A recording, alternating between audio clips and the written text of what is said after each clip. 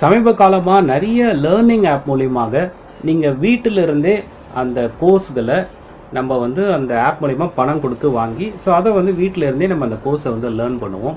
இந்த மாதிரி நிறைய விதமான கம்பெனிஸ் வந்து இருக்காங்க. ஸோ அவங்கக்கிட்ட நிறைய பேர் வந்து அவங்களுக்கு பிடிச்ச கோர்ஸை செலக்ட் பண்ணி வீட்டில் இருந்தே அதுக்கான பணத்தை கட்டி ஆன்லைனில் படிக்க ஆரம்பிக்கிறாங்க.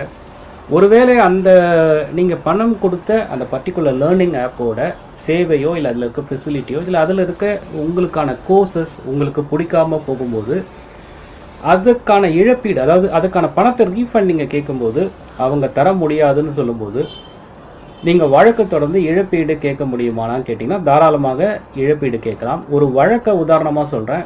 ஸோ இதே மாதிரி சம்பவம் அந்த வழக்கில் நடக்குது. அந்த வழக்கில் வந்து பார்த்திங்கன்னா அவங்களுடைய கேஸ் என்ன, அவங்க என்ன வந்து பெட்டிஷனில் குறிப்பிட்டிருக்காங்க, ஆப்போசிட் பார்ட்டி அந்த லேர்னிங் ஆப்